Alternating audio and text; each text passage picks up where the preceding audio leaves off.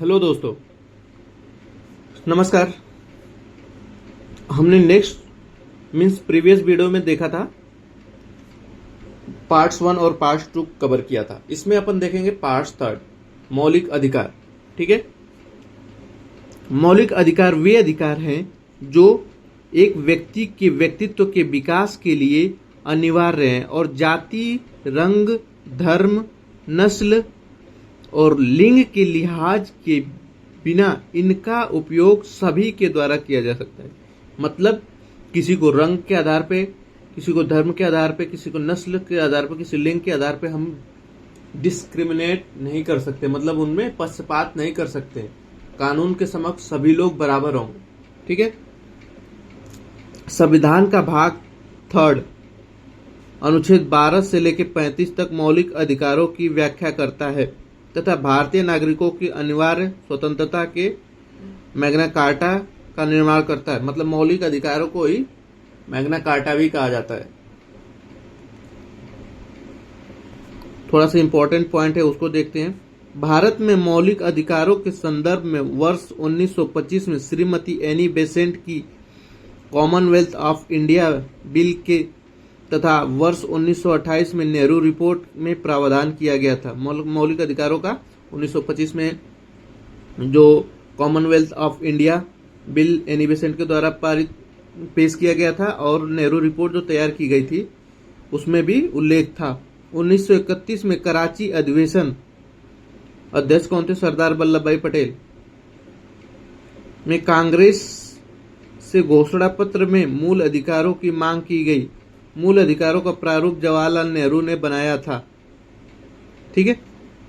अब देखते हैं, ये अधिकार न्याय संगत हैं और आवश्यक हो तो न्यायालय इन्हें लागू भी किया जा सकता है। मतलब कि अगर आपके ये अधिकार नहीं दिए जा रहे हैं तो आप कानून में के समक्ष जा सकते हैं। मतलब आपका किसी भी अधिकार को हनन हो रहा है तो आप न्यायालय में जा सकते हैं।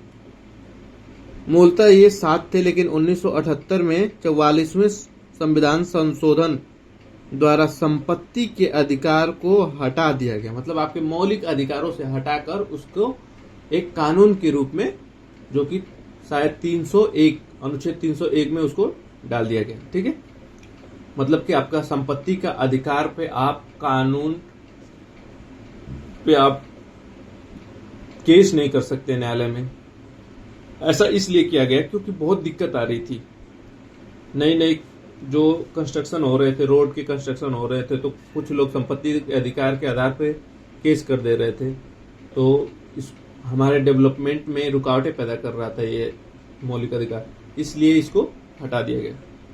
कौन से संशोधन के द्वारा? 44वें संशोधन। कौन से सन में? 1978। अब देखेंगे, एक एक करके देखेंगे। पहला मौलिक अधिकार क्या है? समानता का अधिकार, मतलब इक्वेलिटी, जिसका कि वर्णन 14 से लेके 18 तक किया गया। बहुत ही इंपॉर्टेंट है, इसको आप एकदम समझ लीजिए, गांठ बांध लीजिए, याद कर लीजिएगा। इसका एक ट्रिक भी बताऊंगा लास्ट में याद करने का। कानून के समक्ष समानता, अनुच्छेद 14 में क्या किया गया है?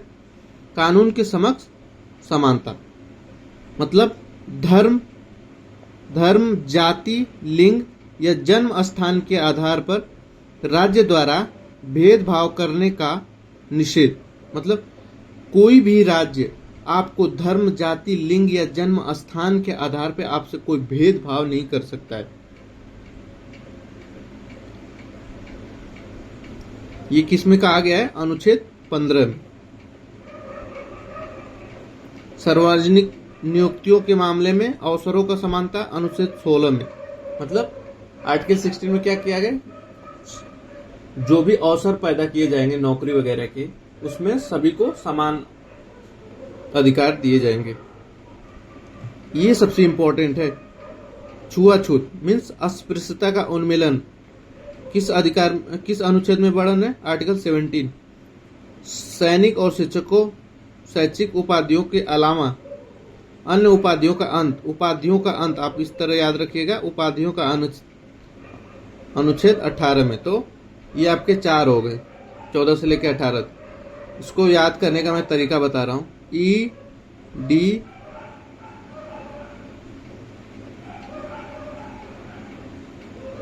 ई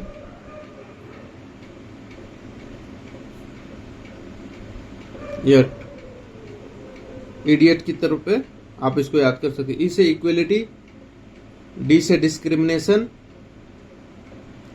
ई से एम्प्लॉयमेंट में सबको समान अवसर, अनटचबिलिटी और टाइटल। इस तरह से आप इसको याद कर लेना, ठीक है। नेक्स्ट देखते हैं स्वतंत्रता का अधिकार। हमने पहला देखा समानता का अधिकार, मौलिक अधिकार है। दूसरा स्वतंत्रता का अधिकार, आप स्वतंत्र, लेकिन उसके लिए क्या क्या कंडीशन है। अनुच्छेद 19 से लेके 22 तक में इसका वर्णन है। मतलब 19, 20, 21, 22 स्वतंत्रता का अधिकार भी 4 है। वाक स्वतंत्रता मतलब बोलने की स्वतंत्रता है आपको। कुछ अधिकारों का संरक्षण,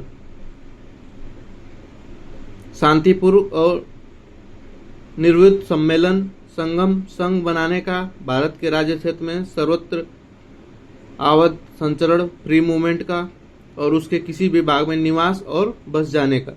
मतलब आपको बोलने का अधिकार है, आपको संगठन बनाने का अधिकार है, आपको भारत में किसी भी जगह विचरण करने का अधिकार है।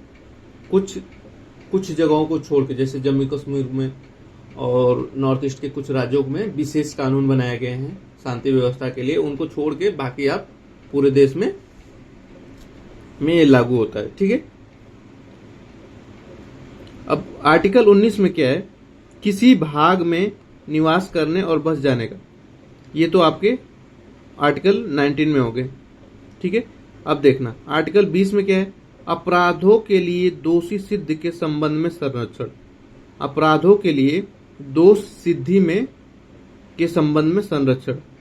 और इसमें सबसे इंपॉर्टेंट आर्टिकल 21, प्राण एवं दैहिक स्वतंत्रता का संरक्षण। मतलब आपको जीवन जीने की स्वतंत्रता। इसमें बहुत सारी चीजें आ जाएंगी, आप जब इसको डिटेल्स में पढ़ोगे तब और जान जाओगे कि आपको जीवन जीने के लिए जो मूलभूत आवश्यकताएं हैं, क्योंकि आपको 14 वर्ष तक की फ्री में पढ़ने का एजुकेशन, इंटरनेट का अधिकार, बहुत सारी जो अधिकार हैं आपको आर्टिकल 21 में आएंगी। शिक्षा का अधिकार अनुच्छेद 21 में क में, ये जो अभी मैंने आपको बताया। बंदीकरण की व्यवस्था में संरक्षण आर्टिकल 22 में, ठीक है। ये हो गया आपका स्वतंत्रता का अधिकार 19 से लेकर 22 तक। ये देखिए अनुच्छेद 21 में बताया था कि 6 वर्ष से लेकर 14 वर्ष तक के आयु के सभी बच्चों के लिए निःशुल्क एवं अनिवार्य शिक्षा का प्रावधान करता है। यह अनुच्छेद 86वें संविधान संशोधन वर्ष 2002 में जोड़ा गया। शोषण के विरुद्ध अधिकार, शोषण के विरुद्ध अगर आप पे कोई शोषण हो रहा है, उसके विरुद्ध जो आपको अधिकार दिए गए हैं वो किसमें वर्णन है, 23 और 24 में। मानव के व्यापार, बंधुआ मजदूरी का निषेध अनुच्छेद 23 में क्या है, मानव के व्यापार मतलब कि आप मानव तस्करी नहीं कर सकते, लोगों को खरीद फरोख्त नहीं कर सकते, ये कानूनन जुर्म है। और बंधुआ मजदूरी, किसी से बंधुआ मजदूरी नहीं करा सकते। अगर ऐसा आपके साथ हो रहा है तो आप कानून के समक्ष जा सकते हो। आर्टिकल 24 में क्या क्या आ गया है, शोषण के विरुद्ध का अधिकार कहां से क्या है, 23 और 24 में। प्रथम में क्या था, समानता का अधिकार। दूसरा क्या था, स्वतंत्रता का अधिकार 19 से लेकर 24 तक। और तीसरा शोषण के विरुद्ध का अधिकार 23 और 24 में। तो 23 हमने देखा मानव के व्यापार और बंधुआ मजदूरी का निषेध। और 24 में क्या दिया है, 14 वर्ष से कम आयु के बच्चों को उद्योगों, खानों और जोखिम भरे कार्यों में लगाने का निषेध। मतलब 14 वर्ष से कम बच्चों को आप फैक्ट्री वगैरह, होटल वगैरह, खदान वगैरह में काम नहीं करा सकते हो। नेक्स्ट है आपका 4th, ये आपका 3rd था, ये आपका 2nd था, ये आपका 1st था। धार्मिक स्वतंत्रता का अधिकार। धार्मिक स्वतंत्रता का अधिकार अनुच्छेद 25 से लेकर 28 तक में वर्णन है।